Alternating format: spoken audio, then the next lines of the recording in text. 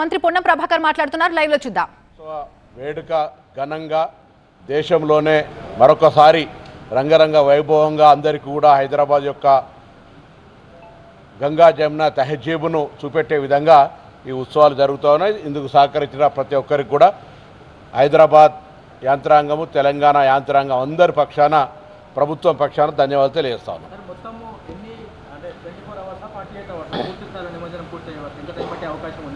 ఈరోజు బిఫోర్ 12 లోపల అన్నీ అవుతాయి అనేటువంటి విధంగా మరి పుషింగ్ కమిటీస్ కానీ ఇతరత్ర పోలీసులు, అక్కడ రెవెన్యూ, అదేవిధంగా మున్సిపల్ అందరూ కూడా సమన్వయంగా డిపార్ట్మెంట్స్ అందరూ కూడా కలిసి, ముఖ్యంగా పోలీసులు దాదాపు 30,000 మంది అన్ని పరిధుల లోపల పోలీసులు పనిచేస్తూ దీన్ని ప్రశాంతంగా నిమజ్జనం జరిపే ఏర్పాట్లు చేస్తూ ఉన్నారు.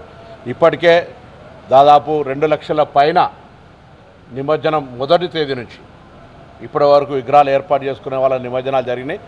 అన్నీ కూడా ఇవాళ గతంలో ఒక్కొక్కసారి 2-3 రోజులు పట్టేది ఉండేది, 72 గంటలు 48 గంటలు మనం కంటిన్యూ ప్రాసెస్ చూసేవాళ్ళం.